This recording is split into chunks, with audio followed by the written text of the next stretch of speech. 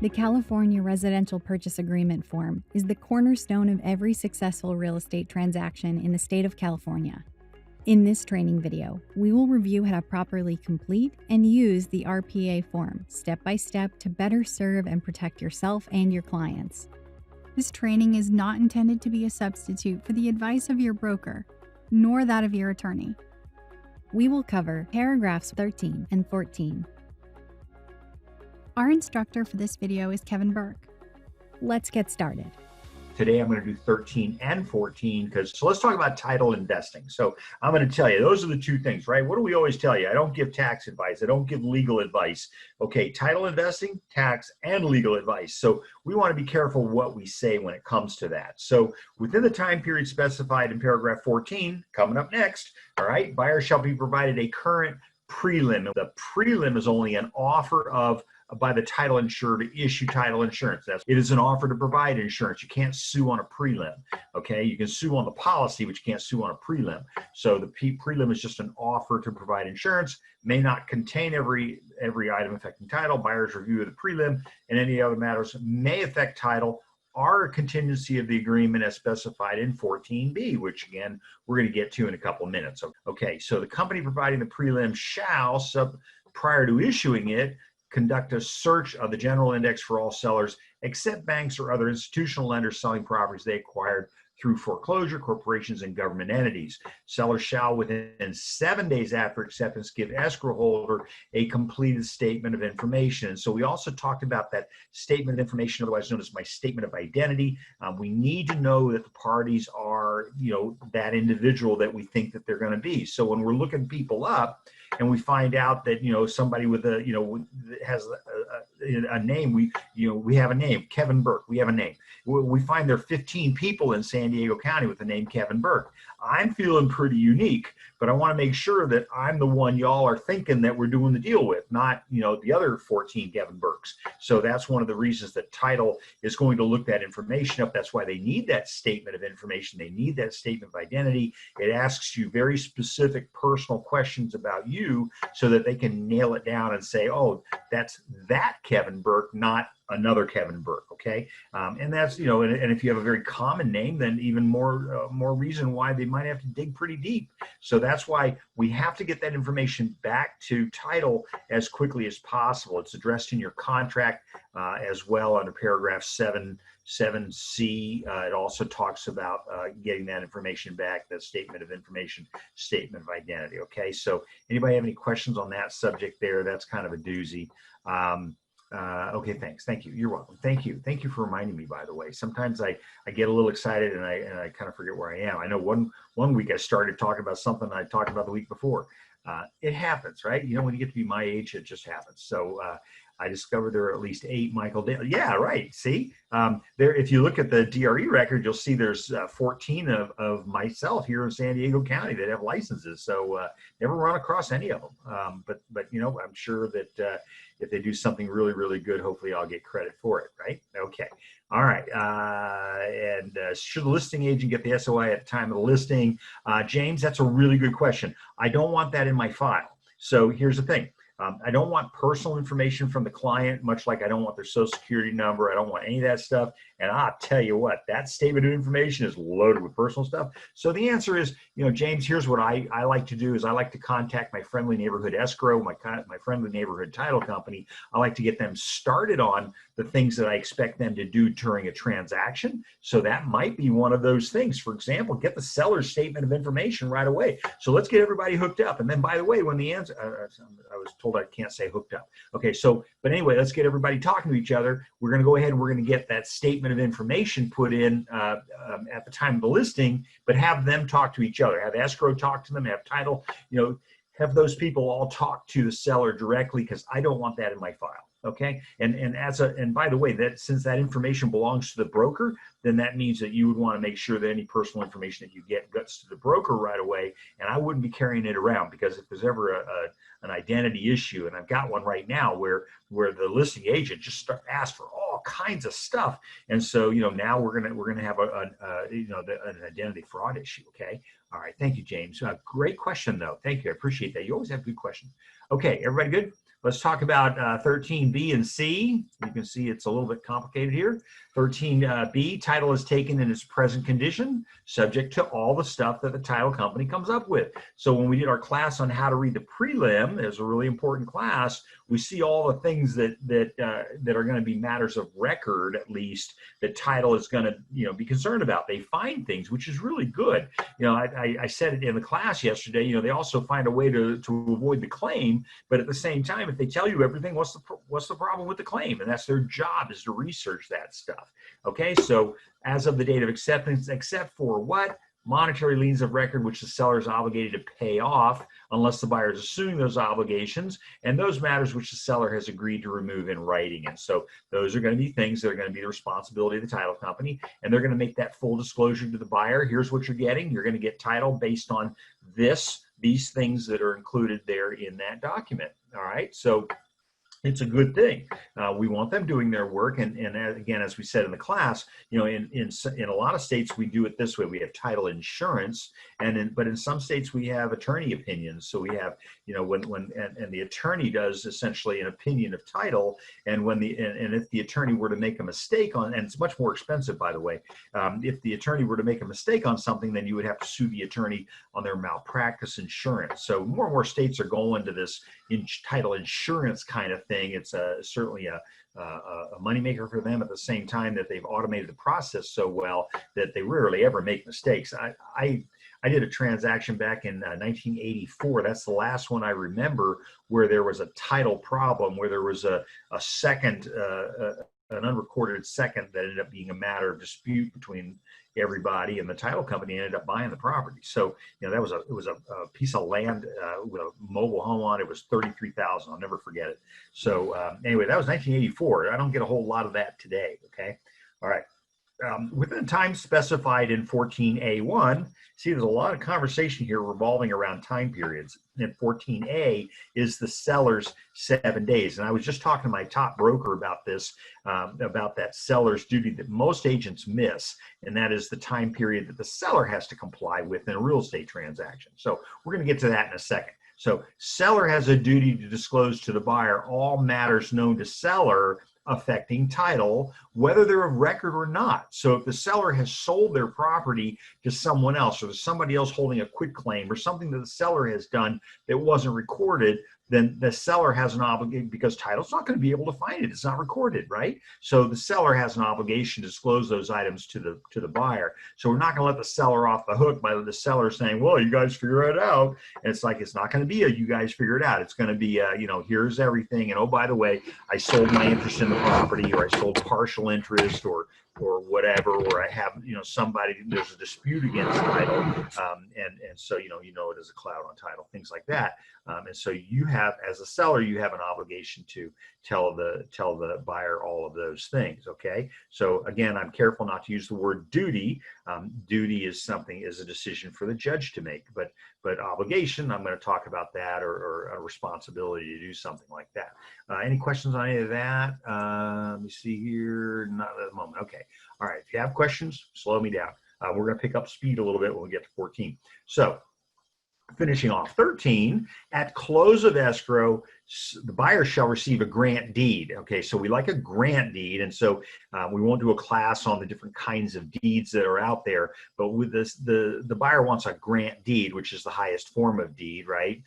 And conveying title, or for a stock co-op or long-term lease, an assignment of stock, etc., including oil, mineral, and water rights if currently owned by the seller, unless, of course, contractually otherwise.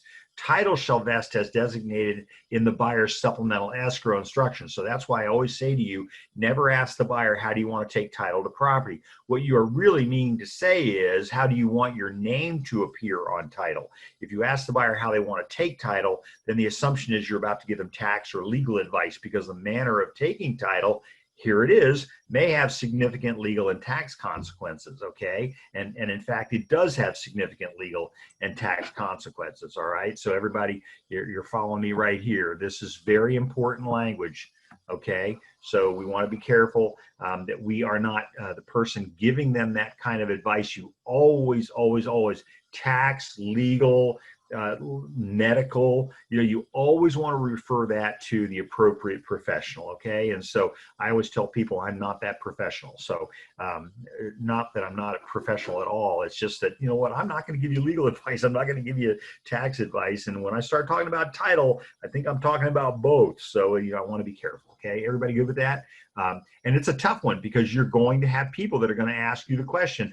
And if you can't answer the question or you don't answer the question, it's good to know that that's a question that, you know what, that's a great question. Let me find out and I'll get back to you. And then I sent yesterday, I sent a couple of people to different attorneys, that specialize in different things. I said, you know what, I'm just not going to do that. I sent a broker to, the big broker to an attorney that specializes in the subject matter. So I'm going to refer that out. I'm not going to take that case. Okay. I'm not going to take the case because I don't give legal advice. So, but I do know who to talk to. I do know who's a professional. And in the lawsuits that I've been involved in, which is a significant number of lawsuits, my advice has always been, I'm usually getting it after the attorney has been picked, and the attorney obviously picks me as the expert that's going to be a real estate specific attorney. And the mistake I find in almost all of these lawsuits is where the opposition hires a general practitioner who, again, could be qualified to do it, but I'd rather use a real estate attorney if I was going to be looking for real estate law advice, legal advice. So just my saying, I'd hire a probate attorney if I died. Okay, all right. Anyway, enough of that. So let's talk about number E down here. Buyers shall receive a CLTA, ALTA, ALTA, homeowner's policy of title insurance if applicable to the type of property and the buyer. Now remember, sometimes when you do a transaction, if you're working with an REO or something like that, the foreclosing bank may try to put stipulations on your use of their title company. They don't want to give you the type of title policy that you want because they can get a better deal by giving you a lesser policy. Remember, your job is to represent your buyer, so that's not going to work. So that little old thing called 15 U.S. Code 2608 says that if the seller may not require the buyer to use a particular title company in a transaction where there's a government insured loan. So if it isn't a government insured, fine. If it's land, fine. Okay, but with a government insured loan, which is most of our transactions, Ginnie Mae, Freddie Mac, Fannie Mae, VA, FHA, then it's against the law to require the buyer to use a particular title company. But remember, again, what most people miss is, but there is no law that says, no matter who you use, that the seller has to pay the policy. We're just used to that in San Diego County, but there's no law that requires a seller to pay for the policy. So a lot of times what the bank will do is they'll push back and they'll say, okay, fine, use whatever title company you want, but you're going to pay for the policy. And sometimes that might be the better choice. And I'm just saying, okay. All right. Good. Close my door. All right. Okay. So, where am I? If not, escrow holder shall notify the buyer. A title company can provide information about the availability, coverage, and cost of other title policies and endorsements. Remember that they must publish their rates. Okay, and they are not allowed to deviate from those rates. So you should be able to have the title policy, several title policy binders, in your file. Give those to the buyer. Say, here are the different types of title. Here's the brochures from the title companies. Pick the one you like the most. Your buyer's going to go, what? But at the end of the day, be careful. As a listing agent, we're careful that we don't want to get into a fight over a title company because it could be a problem for our seller later, even though it seems to be an issue for agents. And I don't know why. It just always has been, right? It's always been that contest between the buyer and the seller's agents in a real estate transaction to get their title, their escrow, their services, whatever. And frankly, unless you've got a problem with the one that the buyer's picking, I don't think I would, why the ego? Why does that have to be in there? Okay. If the homeowner's policy is not available, buyer shall choose another policy, instruct escrow holder in writing, and shall pay the increase in the costs. Okay. Questions about any of that? Seeing none, I will move forward. Let's, next page. Kevin, he says with a smile. Now let's get into 14. Okay, so paragraph number 13 was title investing. Okay, again, buyer's choice. How do you want to, how do you want to take title of the property is going to be the information that they're going to give in their statement of information. So they are going to instruct the escrow and the title company as to how they want to take title of the property. We don't instruct them on that, and we don't, that's why I said in the RPA, on the first page of the RPA, we don't put in there husband and wife or as joint tenants. We don't do that. We put in their name as they want it to appear on title. Usually that will match whatever they have on their driver's license or some other, whatever form of identification will be required in order to prove that they are who they say they are. And then, by the way, same problem exiting the property when they go to sell it. They're going to need to prove at the same time that they are that same person. So, being cute at this point is not probably a good idea. So, whoops, a little too fast. Okay, so let's talk about my time periods. All right, so time periods are a really big deal and probably one of the more misunderstood things that I see in a real estate transaction. Number 14 is all about time periods, and we're going to talk about time periods for the seller. We're going to talk about time periods for the buyer. So we're talking about removal of contingencies and cancellation rights. And I say cancellation rights as opposed to rescission rights, because rescission right, remember, applies to statute. Now we're talking about contract rights. So in bold print, the following time periods may only be extended, altered, modified, or changed by mutual written agreement. Okay, so again, statute of fraud says that your contract, in order to be enforceable, must be in writing. Okay, the law doesn't require that I have it in writing, but you just don't have anything, and it's malpractice on your part as a real estate agent to do it on a handshake. You've got to have a writing. It's kind of a standard of care kind of thing. Okay, so it has to be in writing to be created. Any changes to it must also be in writing, and that's what the point is here that they're trying to make. Any removal of contingencies or cancellation, same deal, under this paragraph by either the buyer or the seller must be exercised in good faith. In other words, and you know what, I've had people say, we used to say this back in the day, right? We used to say, oh, I can get you out of the deal, for any reason for 17 days. Back then it was 14 days, but okay. So, 17 days, it's a 17-day free peak. I hate stuff like that. I was talking to a broker yesterday. We were having this conversation. I ended up on the phone with this guy. He's a good broker. I was on the phone with him for over an hour, just discussing the issue of what we see in transactions.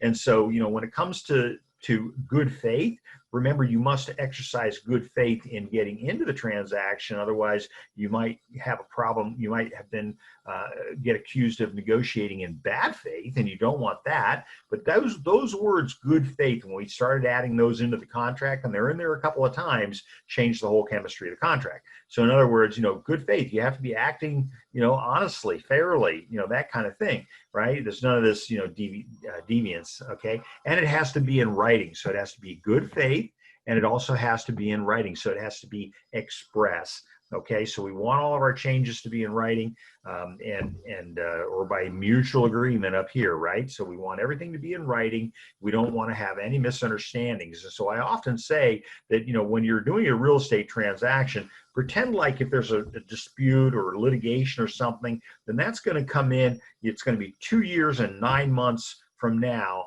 And then will you be able to line up all your paperwork so that you can see the litany of events, right? The trilogy of events. I had a conversation with a broker the other day. I saw a DRE inquiry letter, and it was a page and a half of stuff. And I'm just looking at it and go, wow, it just spells out like a normal transaction. You just, here, put them all in place. And so it's those things that are missing as you go along. And this broker's a really good broker. And he got everything, right? And it was just great. So, but when I'm looking at that, I'm looking at that letter, I'm going, well, this is the stuff that you would know, all correspondence, all emails, all letters of writing, anything signed by the parties, anything material to the transaction. This is all the stuff that you and I talk about every single day. Okay. All right. Okay, and then so then we're going to be talking about our CAR form CR, which is our contingency removal form, and or also our CC, which is our cancellation of contract form. So the buyer must either remove the contingency or cancel one or the other. Okay, so let's talk about number A. A is going to go to the seller. B is going to go to the buyer. So A, the seller, has how many days? The seller has 7 days by default in the contract. And I said this earlier, this part is so frequently missed. When I'm looking at reviewing a file from another broker, that's having a problem with a file, and I'm looking in there, I'm going, where's the seller's stuff they were supposed to do on paragraph 14A? And it's kind of like when we get around to it. So when I told you in the how to create the winning listing presentation, and I said to get all the disclosures signed by the seller at the time of the listing, here's one of those big reasons why. Okay, so because by contract, within 7 or another number of days, I think it should be 3, but the seller has 7 days after acceptance to deliver to the buyer all reports, disclosures, and information for which the seller is responsible under all these paragraphs. Okay, so there's a lot of paragraphs in there. So those are going to be kind of important. And if you're doing your homework, and in that presentation that we did, I went through, here's how I present my listing. My listing presentation starts off with my RA form, and then after my RA goes into my AD, my agency disclosure, and from that point I deviate from the template that CAR put together because they have a minimum, you absolutely have to have this. I go immediately from that point into the disclosures. The very last thing that I talk about is going to be the listing agreement, right? And by the time I get there, they're so exhausted they'll sign anything.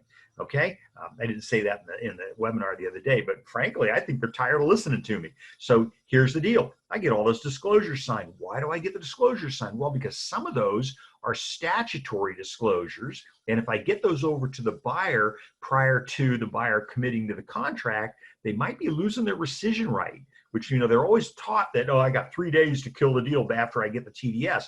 Yeah, except when you get it at the time of the offer, you don't have 3 days. So I'm gonna tighten it up. I'm doing a job. I'm being hired as a real estate professional to do my job, and so I'm going to get all those disclosures, all my reports, anything that the seller has to give the buyer. And all I'm going to do, I want you all to, this is your homework assignment, go back and look at 5, 6, 7, 8B5, 10A, 10B, 10C, F. Look at those paragraphs, and you're going to realize, oh wow, I got a lot of work to do. It's not just, oh God, no, please get the listing.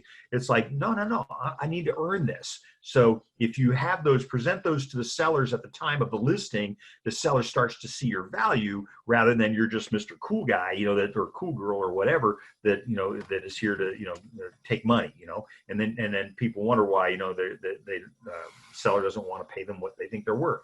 So that's the deal. Okay, everybody good? If by the time specified, seller has not delivered any such item, buyer, after first delivering to seller a notice to seller to perform, may cancel. Okay, so now I'm teaching you a principle of contract. Okay, so this may not sound like something that you think is going to happen in this kind of an economy. You may think, well, it's a seller's market. Why would the buyer cancel? That'd be crazy. They were lucky to get the house. You know what? This is a moment in time, and this moment in time shall change. And I have seen it in my career change many times. Okay, today, maybe the seller's in control, but you need to know what that control looks like and what the limits to that control are. And so the seller, if they don't give the buyer what they're supposed to give the buyer within the 7 days, okay, then the buyer can cancel. And so why would the buyer do that? Maybe they found another property they like better. So if I'm a listing agent, again, I want to tie this up. I want to get all this stuff done right away. And this is why I tell you, I'm very emphatic about this. Get these documents taken care of in the beginning of the listing, so that you can wrap up your transaction. You're more likely to get it closed. So, I do the Del Mar pitch session. I go there every week. I'm going to tell you, how many times do I have somebody that says, I'm not going to pitch the property today. They don't even bother showing up. We went under contract last night at 11 o'clock. It's like, how many times I've seen a transaction not close, and then you're going to wish you'd done that, because the market time continues on your listing. And as you all know, if you don't sell the property within the first 2 weeks, you're probably going to be sitting on it for a while. Okay. Okay. All right. Everybody got me on that? Again, the 7 days is the default language, but I can change that. I can make it a 3, I can make it a 15, I can do whatever. There's all kinds of things I can do to change that. Okay. Everybody good? All right, that notice to seller to perform is the equivalent of the buyer's notice, the notice to the buyer of the buyer's notice to perform. And remember, again, that doesn't say that the buyer is canceling. It says that the buyer is notifying the seller of their right to cancel based on non-performance on the part of the seller. And normally transactions don't make it because of non-performance on the part of the buyer, not the seller. But we just need to make sure we're not so arrogant that we think that the seller doesn't have anything to do in this transaction.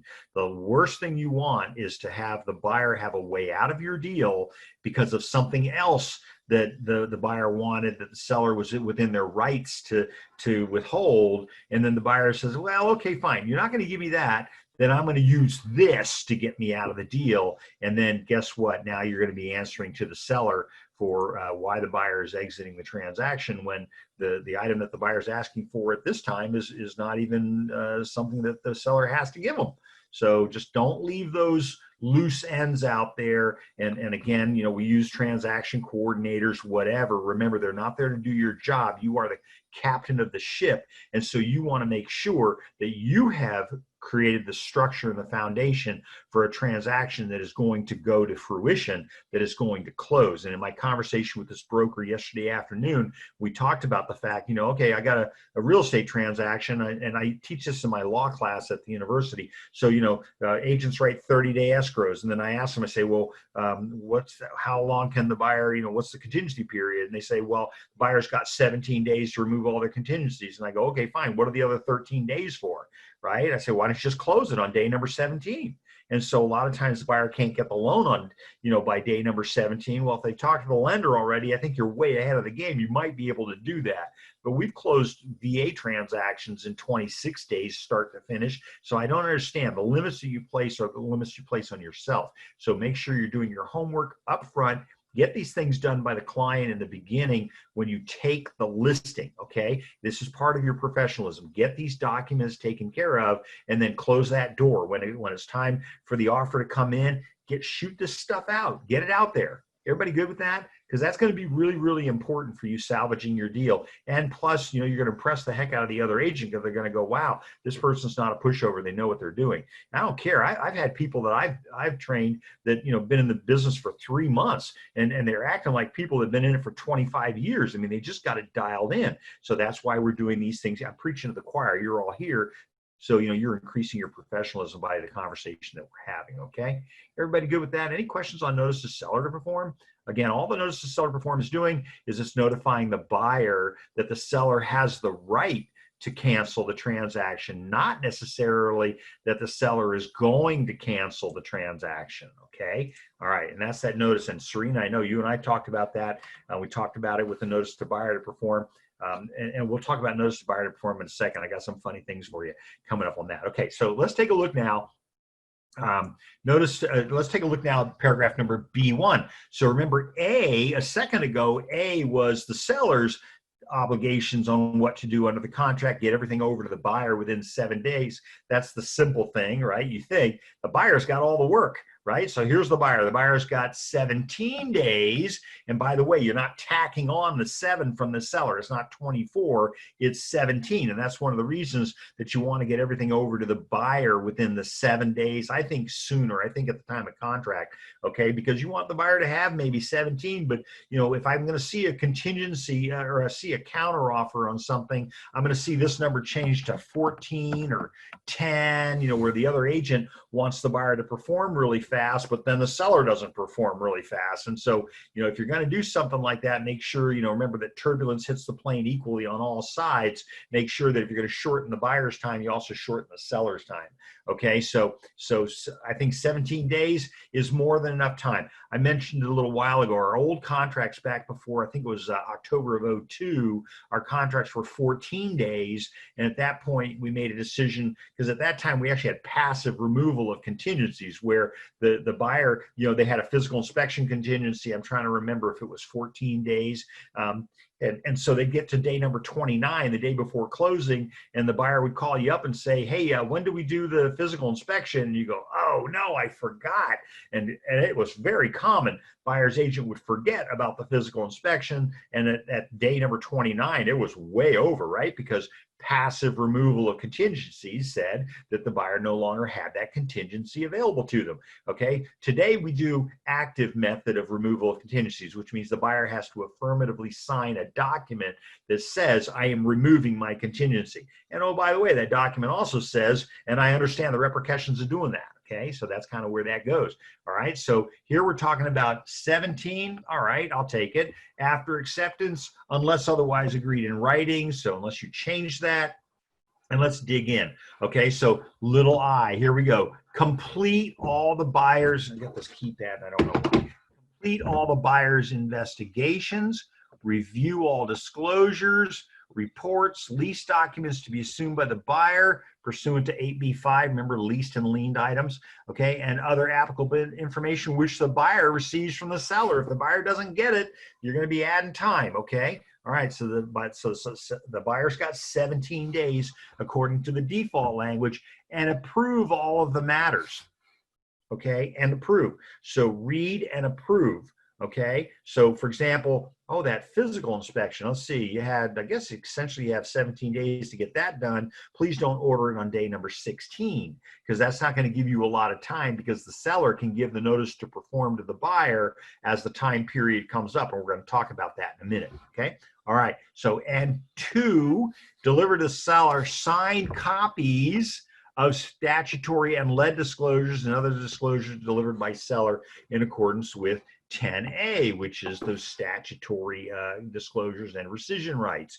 Okay, so now, and I got into a conversation with somebody about that once. They said, well, we don't have to return these documents to you until day number 17. So literally, they got the TDS in the very beginning of the transaction, and on day 15 we're saying, hey, where's that? And so the attorney TC is telling me that, oh, we don't have to give them back to you for until the 17th day.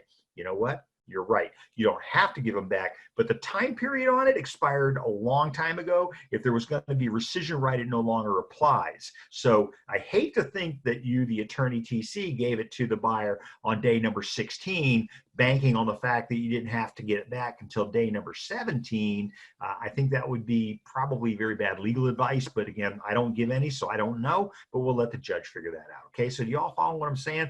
When you get a statutory disclosure, get it to your client right away, get it back right away. But there, in that case, there wouldn't have been any right to rescind the contract, because they were clearly, at that point, 14 days past when they had to get it back. Okay, look at your time periods. All right. Okay, let's take a look at paragraph number 2.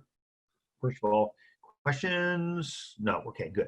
All right, paragraph number 2. Within the time specified in 14B1, there's 14B1, buyer may request that the seller make repairs or take any other action regarding the property. And we're going to use CAR form RR. I think we need to do a whole class on that form. It's a little more complicated than people think, but the buyer may make a request. So remember, the sales of real property in California by statute are in their present physical as-is condition. But the buyer does a physical inspection. They're entitled to do one, right? They get to do the one per paragraph number 12. They can do their own inspections, investigations, go crazy, have a good time, and then they can make a request for repair. So again, seller doesn't have to respond. Seller could respond, could say, I'll do nothing, I'll do everything, or I'll do some but not all. Okay, so all right, so this buyer may request that the seller make repairs or take any other action. Seller has no obligation to agree to or respond to the buyer's request, and that's going to be, it may go into an RRRR form,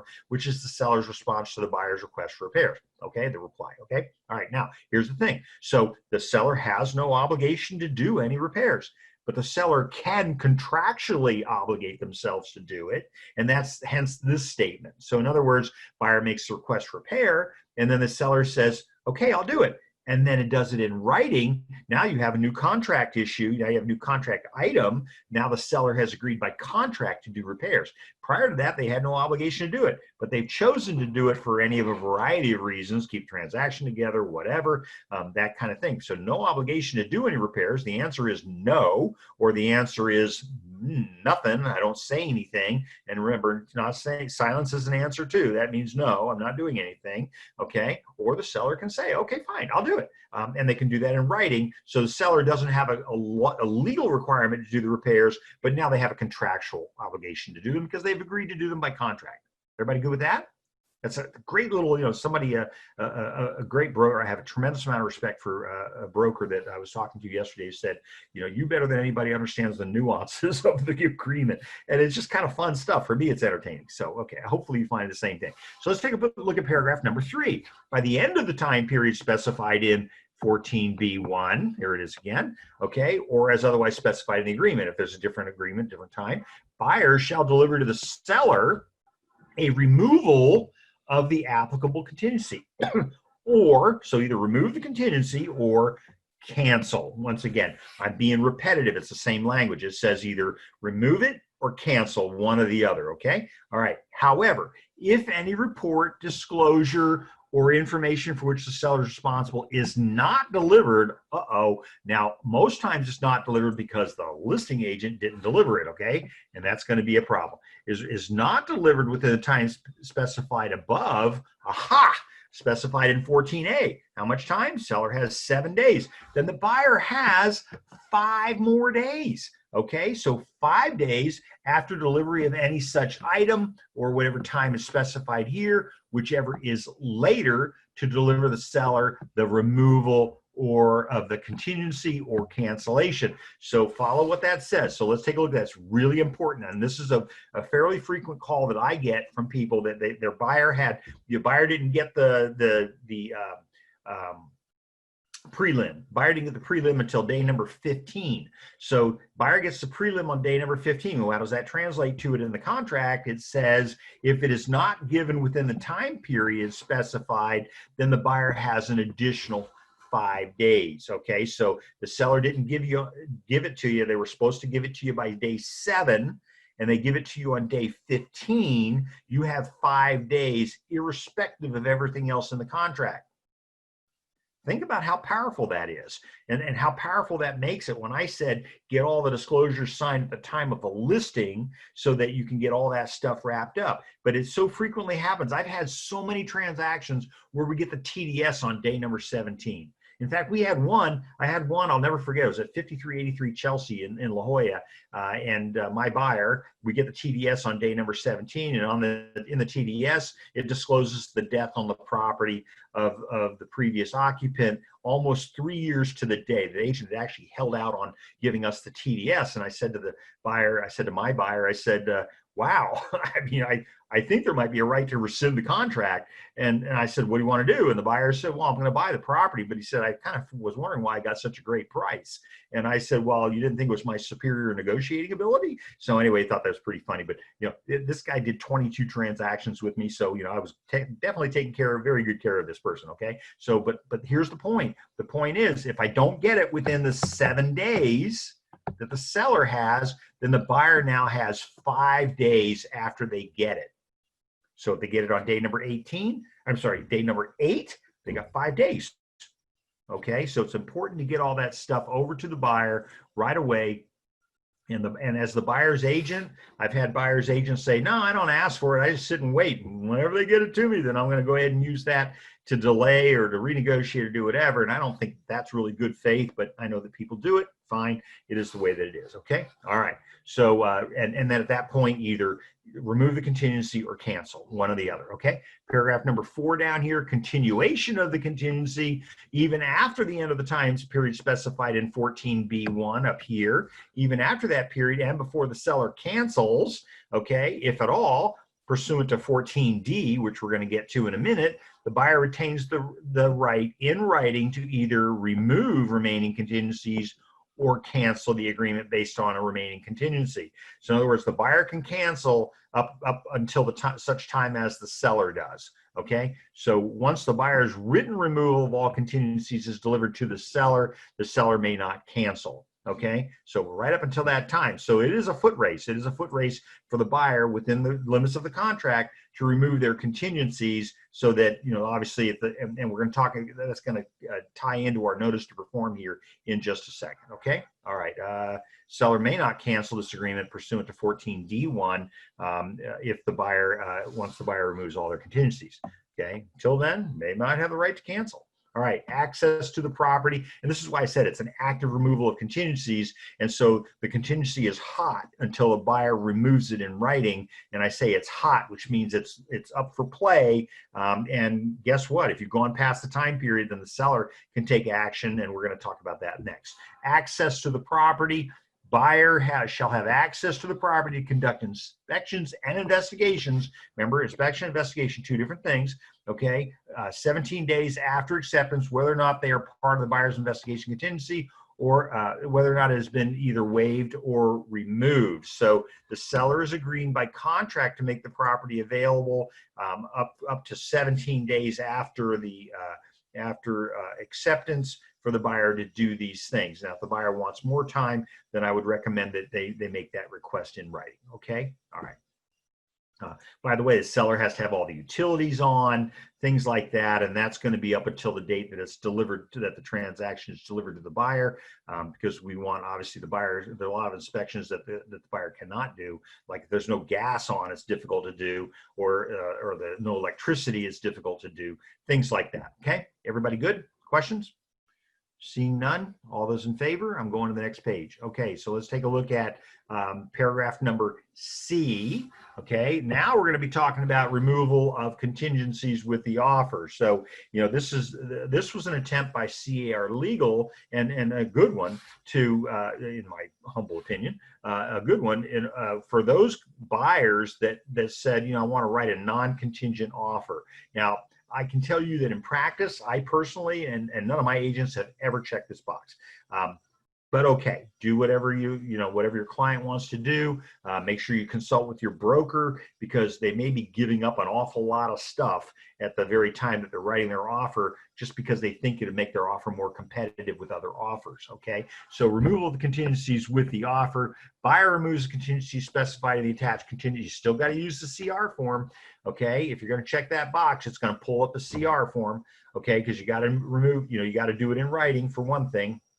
And for another thing, you want those admonitions that go to the buyer that says, hey, guess what? I understand that I'm removing my contingencies, and I understand that I can't come back to them again if I do remove them. And so I'm willing to give up those rights. And that's what that CR form, pretty powerful little form if you look at it, okay? If the buyer removes any contingency without an adequate understanding of the property's condition or the buyer's ability to purchase. And I love this. This is like, I hear Jackie Oliver in the background saying, buyer is acting against the advice of broker. And she does that all the time in her stuff. I tell you, Jackie is good. She's a great attorney. She's in our risk management committee at SDAR. She writes some stuff, and I look at it, I go, I wouldn't buy the house if you said that. It doesn't even say anything except that you're an idiot, And so Jackie has a great way of writing things. And most attorneys that are on our committee are just brilliant attorneys.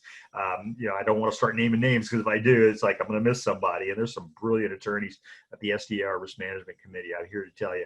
I refer to them all the time. So bottom line is, you buy this house, I told you not to do it. Don't come after me later. Okay, that's what that stands for. Okay, so that's what I said earlier. We just never have checked the box. I probably wouldn't. In our brokerage, it would be against our advice to our agents. We're going to tell you not to do that. Okay, but if you're going to do it, then we're going to make sure all the rest of the T's are crossed and the I's are dotted and stuff like that. Okay, so let's talk about my cancellation rights. Remember, as opposed to rescission right. Okay, so my cancellation rights. So what is the seller's right to cancel? We're just going to talk about the seller now. Okay, we'll talk about the buyer later. Okay, seller's right to cancel and buyer contingencies. So if by the time specified in this agreement, buyer does not deliver to the seller a removal of the applicable contingency or cancel, then the seller, after first delivering to the buyer a notice to buyer to perform. Okay, so remember what I said earlier. Usually our contracts cancel based on non-performance on the part of the buyer. But now I've got my NBP coming into the equation. Seller may cancel the agreement after delivering the notice to the buyer to perform. So again, that notice to the buyer to perform says, hey, I noticed that you didn't remove the contingency. And I want you to understand that if you're not going to remove it at the time when you're supposed to remove it, then I want you to know that I'm reserving my right to cancel, and I have to. We added this to the contract. I remember another attorney that I was dealing with. This might have been back in 2002, actually, when we added this part. I mean, there was a lot of bad language in it when we wrote the first one, but that's where that notice to perform came from. It's because we had buyers not performing, and then the contract was silent on what to do if the buyer didn't perform. Right? All you did was go straight to cancellation. So we created this little buffer in the middle that said, I got to issue a notice to perform first. Okay. And I had this conversation yesterday with another broker. Notice to perform first. Once the buyer removes all their contingencies, then you no longer do notices to perform. Now you do demands to close escrow. Okay. So we'll talk about that in a minute. Okay. So in such event where the seller gives the notice to buyer to perform, seller shall authorize the return of the buyer's deposit. Why? Because the buyer's got contingencies. And guess what? That may go back to the listing agent on why didn't you make sure that the buyer was removing their contingencies. And if the listing agent is doing their job, which in this case it sounds like they are, then the listing agent is going to tell the seller, and then you know what? They still have ways out. They still have contingencies of the contract that, give them back their money. And so the contract is saying it for you because you saying it is legal advice. Okay. All right. So here it is. Sierra attorneys wrote this, except for any fees incurred by the buyer. And I don't think I've ever seen any. Okay. So we had a transaction that we did a 2 years ago now, where the buyer removed all their contingencies and went off and bought another home. So, seller issued, there's no more NBP, right? Now you go to the demand to close escrow, and the buyer, ignored it, of course, and then boom, we're going to go to court. So, number 2 down here, D2, seller's right to cancel. So this one up here was the buyer's contingencies. Here's buyer's contract obligations, different issue. Okay. Seller, after first delivering that NBP, may cancel if by the time specified buyer does not take the following action. And so this is important because I have this happen all the time. A lot of times we think that we need to have consideration to have a transaction, and the law says, yeah, you do, but consideration is not what you think it is, or not what you and I think it is. Consideration by law is merely a mutual promise. It's an exchange of promises. I agree to buy your house if you agree to sell it to me. That's all it takes, right? It's not the money. We always think it's the money, but it's not necessarily money. But what happens if the buyer doesn't deposit their funds as required by paragraph 3A or 3B, or if the funds deposited are not good? It happens, right? Buyer sends in a check doesn't clear, okay? When not good when deposited, so a bad faith check, okay? So this gives my seller the right to get out of the transaction, okay? Or 2, deliver a notice of FHA or VA costs as required by the FVA form. 3, deliver a letter as required by 3J is going to be my pre-approval, right? My pre-qualification or pre-approval letter, okay? 4, deliver verification or satisfactory verification the seller reasonably disapproves of the verification already provided as required by 3C or 3H, which is going to be my proof of funds sufficient to close the transaction. And as I said in paragraph number 3, when we did that webinar, I like the lender writing their pre-approval letter saying that they have verified the source of down payment and closing costs sufficient to close the transaction. I literally give the lender the language to put in their pre-approval letter, okay? All right, in writing, assume or accept leases or liens, okay? Return statutory and lead disclosures as required by contract, okay? Sign or initiate a separate liquidated damages or increased deposit if required. And by the way, I've got an offer in front of me right now where the buyer skipped liquidated damages and the arbitration. And frankly, I'm assuming that was a decision to do it rather than they just missed it because it was an optional initial. There's no requirement that they initial it, and no seller may not want it either. So, but it's something that I'm going to ask the seller about. Okay, so sign the liquidated damages. Provide evidence of authority to sign if they're in an RCSD, right, a representative capacity. Okay, in paragraph number 19, they got to prove that they're able to. And somebody asked me this yesterday. Do they have to provide me with proof? And the answer says right here, provide evidence of authority. Now, does it have to go to the seller? maybe not, but it needs to go to somebody in authority. So maybe the escrow holder or the title holder or somebody like that. But we're going to try to take the first shot because we'd like to get that ourselves. But if not, then it should at least be with somebody else that's willing to take responsibility for saying, yeah, I got it. So, that kind of thing. Okay. In such event, seller shall authorize the return of the buyer's deposit, except for fees incurred by buyer. So above this is this whole great big laundry list of things that the buyer needs to do in addition to removing contingencies. Because up here, remember, they were removing contingencies. Over here, they're doing their contractual obligations, all of which, for different reasons, gives the seller the right to cancel. Everybody good? That's a lot of stuff. Okay, so pretty important stuff too. Okay, no questions. I'm surprised. Okay, oh, we're doing good. Okay, all right. Well, if there aren't any questions, then I'll go on to the next one. But that's I want to get into the next part here, which is the buyer's right to cancel. Okay, and so and let's talk about my notices to perform. And I conveniently cut these into sections for a reason. So here's my E, notice to buyer or seller to perform. So we used to have only the notice to buyer to perform. Then we realized, oh, wait a minute, sometimes my seller's not performing. Okay, so we're going to apply the same, to both, right? Tide, hits all ships equally. Okay, the NBP, notice to buyer to perform, or the NSP, notice to seller to perform, shall be in writing. Okay, shall be signed by the applicable buyer and seller, and shall give the other party at least 2 days after delivery or until whatever time period specified. We change this, by the way, we usually write into 3. 99% of the time, nobody really catches it. But we give our party usually an extra day. And if they catch it, we're not, no harm, no foul, we're fine. But we like to make sure that everybody understands. And we want to make sure our buyer, or, in this case, our buyer, if we're writing the offer, understands that, hey, you know what, you got 3 days to make a decision. But, at that point, it's over. The seller can cancel. Okay. So, whichever occurs last to take the applicable action. Now, here's the catchy stuff that I love this, and I never see this, and this is what I talk about this a lot. So my NBP or my NSP may not be delivered any earlier than 2 days prior to the expiration of the applicable time. So if it's a 17-day contingency period, then I may not deliver it any sooner than day 15. Hear what I'm saying? Okay, I may not give it to them on day number 14, but I can be proactive. If I know my contingency period is coming up on day number 17, then I can issue it on day number 15. I just can't issue it sooner than that. Otherwise, I'm going to have to issue it again. Okay, for the other party to remove the contingency or cancel. Okay, or meet some other obligations. Everybody understand what I'm saying? So, but how many times do I do a transaction where the other agent's afraid to even issue it? And sometimes that's out of fear because they're afraid that the buyer will cancel, for example, or afraid that the seller will cancel. If you're issuing a notice to the seller to perform, that usually means the seller's trying to get out of the deal anyway. But if they still have a contingency of some kind, then at that point you're going to probably have your client talking to a lawyer anyway. But at this time, just so you're aware, you may not issue it any sooner than 2 days ahead of time. But I do many a transaction we never see one. So, but waiting is, remember, that form is also there to protect you, the listing agent, or protect you, the buyer's agent, from your own client.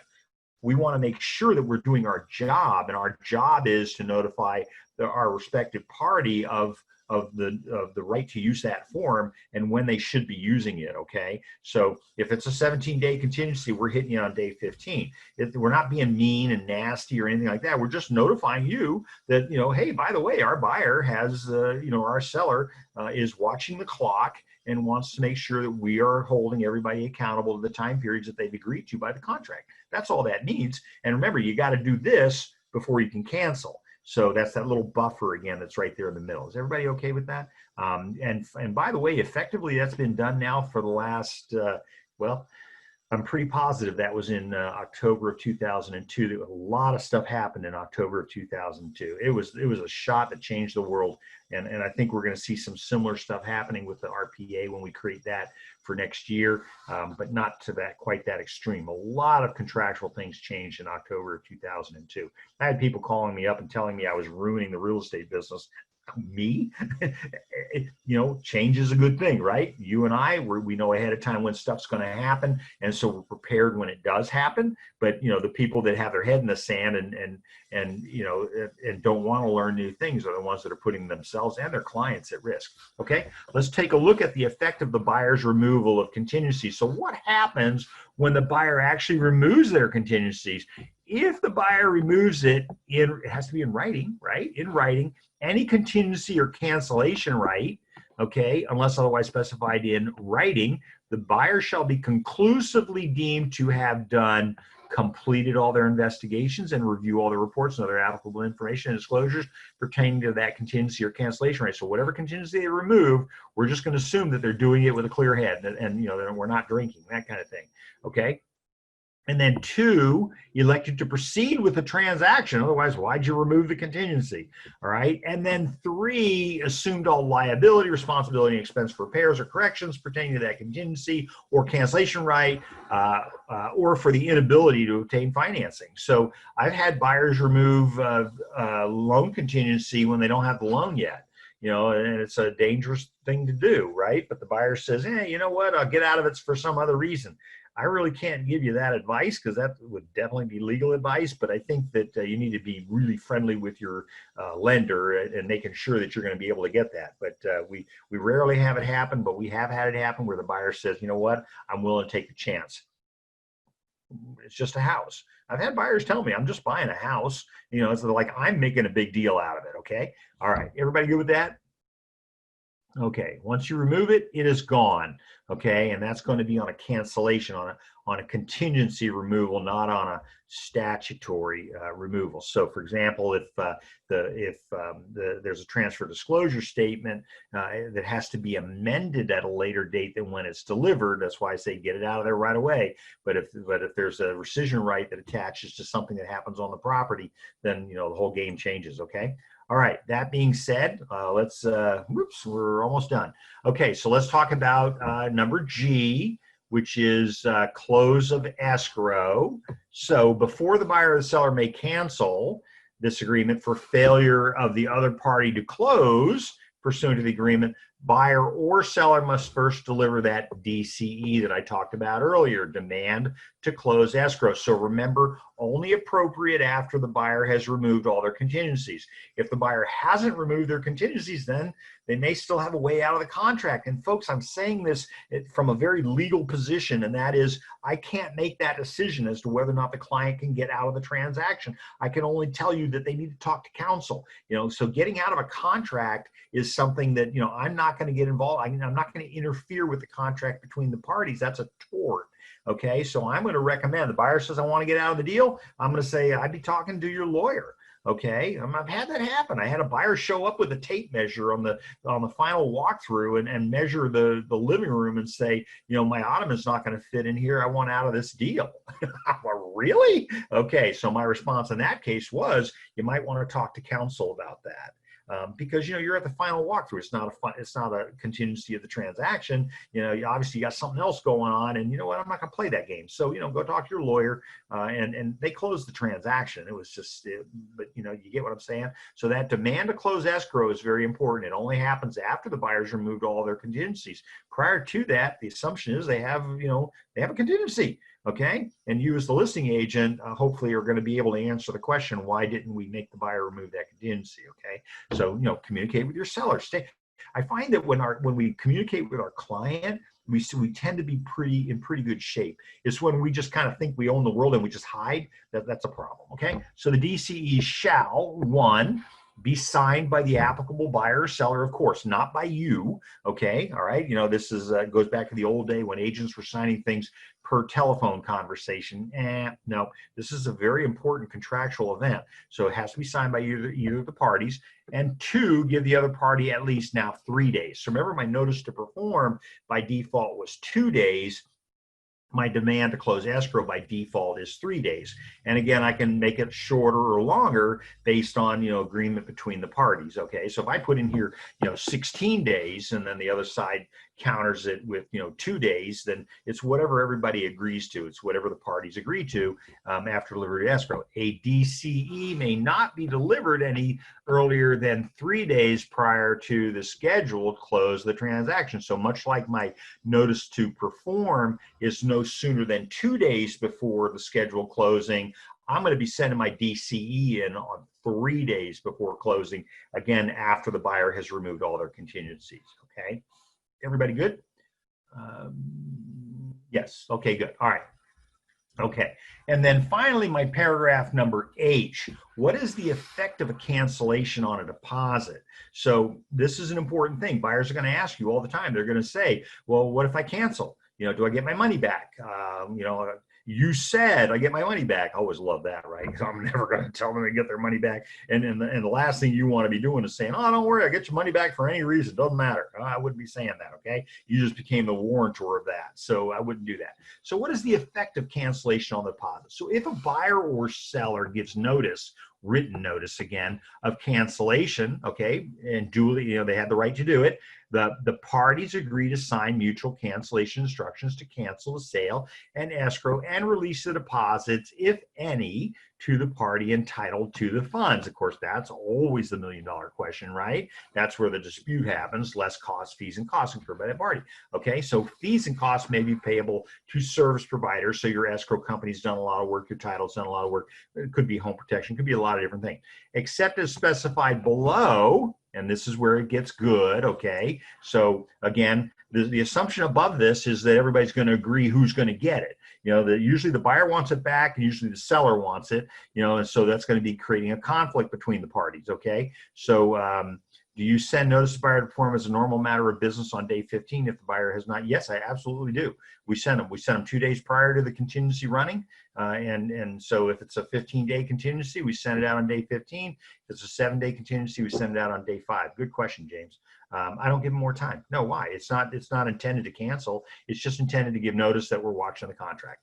Okay, we're watching the time period. Listen, if I'm representing the seller, I don't want to suffer the lawsuit from my seller when the transaction doesn't close, and the buyer got their money back because the buyer was entitled to it because they didn't hold the buyer's feet to the fire. That kind of thing. Okay, so great question, and actually a really common question. Okay, so in our office personally, that's what we do. We issue notices to and we usually do it for our agents because that's what we do. We're kind of Lynn is really big into risk management, so we make sure she makes sure all that stuff is done. Okay, so question. Hi, Maria. In reference to contingency removal, seller agreed to do all repair work. Can we include it as a contingency until the work is completed? So the answer is it is already a contingency of the transaction. So we'll talk about that when we get to repairs. But if the seller agrees to do the work by the request for repair form, they agree to do it in a workmanlike manner. You might require licensed contractor receipts, but you need to do that at the time of the request. Otherwise, the seller could do their own work. We don't really like the seller doing work. We prefer that we get a credit, and that's how we handle the request for repair. I'm going to blow that one up. When we get to that, I'm going to give you some ideas that I hopefully will help you quite a bit. But again, we don't like sellers doing work. I had a transaction in Mira Mesa where we looked at the backyard and the fence was like at odd angles all the way around the yard. It was like, that's really weird. I mean, it looked like the long and windy road, and during the course of the transaction, we found out that the seller had cut through the trusses in the garage. There was a pull down ladder that they had created to get up into the garage. Well, instead of cutting it in between the trusses, they cut it across the truss, which of course, ruins the structural integrity of the roof, right? That's why the trusses are all brought in one piece. So they cut through it the wrong way. And so the seller says, we asked about the fence. The seller says, don't worry. I've got I'm a woodworker, and we're looking at that garage. We're going, it ain't gonna work. We don't want you doing the fence. So we literally ended up telling the seller, we'll take care of the fence. And then we had to do all kinds of other stuff. So, but we were aware of it. That was the important thing. Okay. All right. So, fees, costs, except as provided below. Bold print. Release of funds will require mutual signed release instructions. I don't know why that capital is in there. And Nancy Novak, I love Nancy. Nancy sends me she's great. She's really good proofer. And why is that uppercase. It makes no sense. Now, parties should be uppercase, but I agree with her. Why does it say uppercase S? So unless somebody tells us a judicial decision or arbitrator's award, we're going to have the signature signed by both parties, because that's common that one of the parties is going to refuse to sign.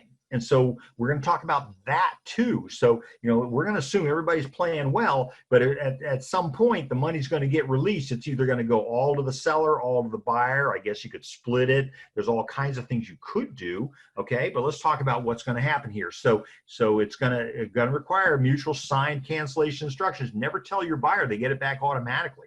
Never tell the seller they get it automatically. It's going to require both parties to do it. There can be a huge change of mind from the time everybody was talking nice to today, and maybe that's going to create a different thing. And it does. It happens. Okay. If either party fails to execute that instruction to cancel, okay, one party may make a written demand of the escrow holder for the deposit. So this happens very commonly. Buyer's angry or disappointed. Buyer leaves the country, and then we don't hear from them again. So how do we handle that? So here's how we handle it.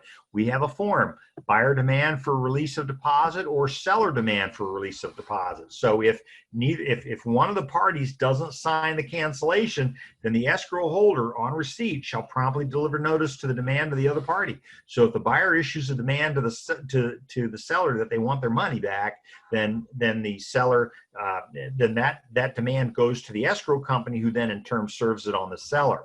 If within 10 days after escrow holder's notice, the other party does not object, most times they just don't respond to the demand, the escrow holder shall disperse the deposit to the party making the demand.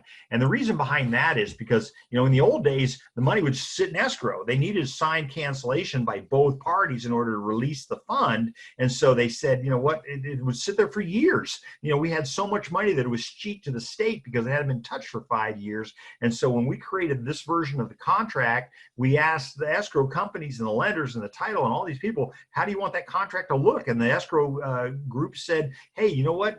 Get this off our plate. We don't want this money. Okay, we need to get rid of it. Okay, that's why your commissions are usually paid really quickly. They got to get that out of there. They got to get disbursements done. I mean, the money is held in trust. There's all kinds of issues when they don't add, and their math doesn't line up, right? Your drawer has to balance, as we say in banking. Okay, all right. So escrow holder shall, if within 10 days after escrow holder's notice, the other party does not object. So in other words, I don't hear anything. So the seller issues a demand to the buyer for the release of the deposit to the seller, and the buyer doesn't respond. Now the escrow shall disperse the deposit to the party making the demand.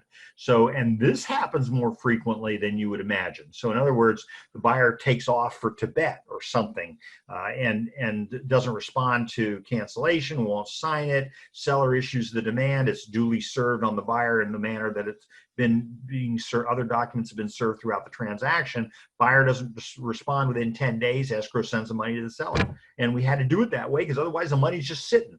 And then we don't have an instruction because our contract always said that it takes 2 people to create the contract. It takes 2 people to get rid of the contract. And I say people in terms of parties. So it takes a buyer and a seller. So it's going to require both to release that money. Okay. If escrow holder complies with that process, in other words, they send the money to the seller or to the buyer, whichever, then each party shall be deemed to have released the escrow holder from any and all liability, et cetera, et cetera. Escrow holder at its discretion may nonetheless require mutual cancellation instructions. So we put it back on the escrow company, and I can tell you most of them are going to say, I don't know, I don't want anything to do with it. Listen, you made the demand, we served them, they didn't respond to us, then we're giving the money to the other side. So what is the solution? If the one party doesn't want their money released to the other, then all they have to do is respond.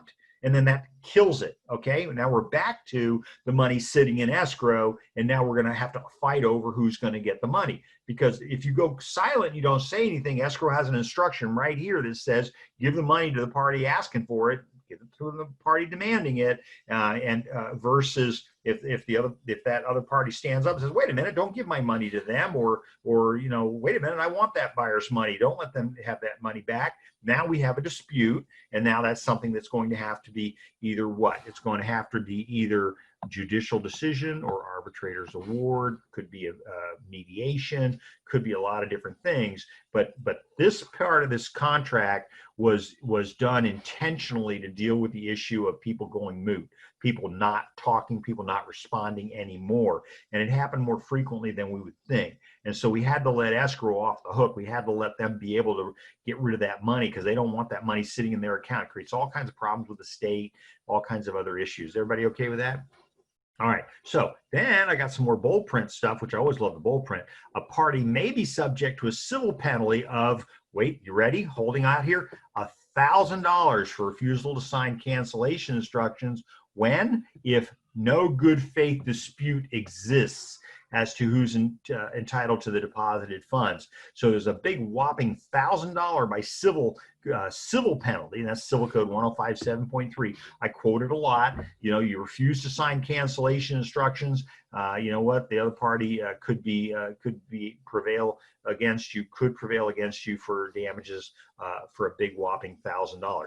In most cases, our deposit disputes are in the hundreds of thousands of dollars, and so I think maybe 1,000 doesn't mean as much, but you know, at the end of the day, that's what the legislation says that they're entitled to do. So if there's no good faith, and again, I love that word, good faith dispute exists as to who's going to get the money, and again, that's going to be a decision for a trier of fact, right? So you know, I'd argue that to get the $1,000, well, $1,000, if that's the only thing we're fighting over, it's going to be in small claims court, isn't it? It's going to be short, it's going to be brief, you're going to get trial really quick, you're going to get in there, you're going to get out of there, okay? Need to have you in there by then.